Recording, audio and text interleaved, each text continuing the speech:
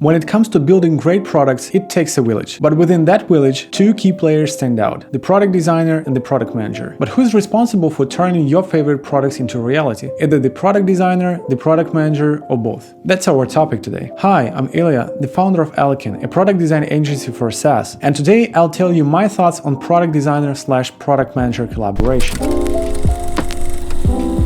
Let's start with product managers. What is so special about them? When a product succeeds, it's because everyone on the team did what they needed to do. But when a product fails, it's the product manager's fault. This is a quote from Marty Kagan's Inspired, and it explains how much responsibility lies on PMs. By the way, I strongly recommend the book, especially the chapter about the product design. To be good at their job, PM needed to go beyond operational management. There are the link between developers, designers, marketing, sales, founders, and whoever else is in the team. It means that they need to understand well what all these people do. According to Marty Kagan, there are 4 whales of deep knowledge that make the base of product managers' expertise. They have to know, first of all, customers. This means understanding how your customers live, think, interact with the product, which is essential to understand user needs. And second, data, meaning data about app performance, KPIs, etc. Because the ability to collect, read, and analyze data is what allows one to make decisions based on a proven hypothesis, and not just follow their feelings. A good product manager has to navigate through the ocean of KPIs and not to get misguided by vanity metrics. Third, the business. And they have to know the place of their product in the business and keep in mind all the stakeholders, both inner and external. And finally, market and industry. In order to make products successful, a product manager needs to know the industry really well. This means keeping an eye on what their competitors are doing and understanding their strengths and weaknesses. All of that is essential to work on product development strategy, roadmap, product vision, product market fit, and drive the product to success. Product managers cannot do that alone. Their job is to organize the work of the product team and guide it in the direction of the product that would make their users' lives easier. Perfect. Now let's talk about product designers. What do they do? Information architecture, user flows, wireframes, interface prototype, testings, all that stuff. It requires knowledge of design thinking, human psychology, user research, and of course some graphic skills. If some of these words sound new to you, just browse through my channel. I have lots of info on product design. Speaking of the design process, here are the main steps. First, designers need to emphasize with users and customers. This means trying to understand how they feel, what they think, and what they need. They achieve this by talking to users, observing them, and putting themselves in their shoes. Once they've got a handle on the user's needs, the next step is to define the problem. But here's the trick. Designers need to define the problem based on what users actually need, rather than what they think the solution should be. After that, it's time for ideation. It is when designers start brainstorming solutions to the problem. To get the best results, it's recommended to use integrative thinking and involve people with diverse backgrounds in the process. Once they have some potential solutions, designers create a prototype. But it's important not to get too carried away with the perfection at this scale. The prototype just needs to be good enough to get the next step, testing the prototype. This is the moment of truth. Ideally, designers should test it with the same users they emphasized with in the beginning. If the prototype doesn't solve the problem, it's back to step 1 to start the whole process over again. You can learn more about the iterative design process in this video.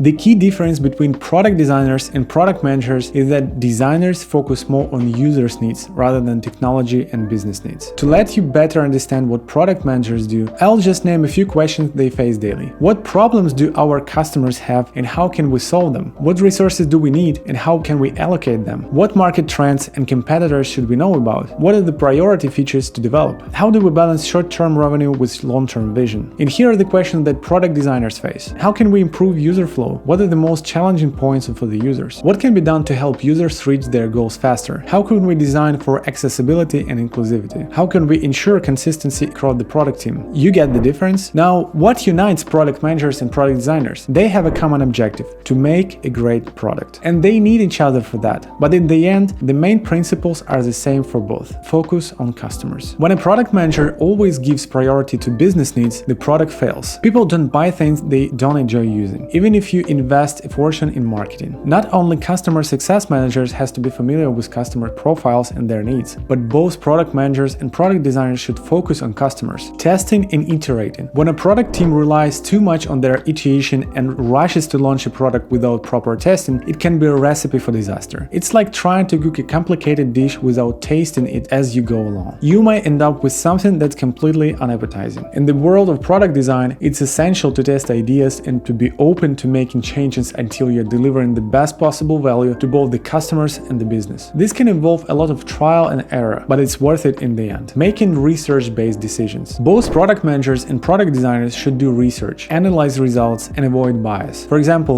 we always want to make sure that our clients decide to make a redesign not just because they want something new, but because the audit has shown that the existing design is not performing well. And of course, it means investing in research. These rules are what makes a team look in one direction and make the best design. If this video was helpful, please like and subscribe. See you in the next video.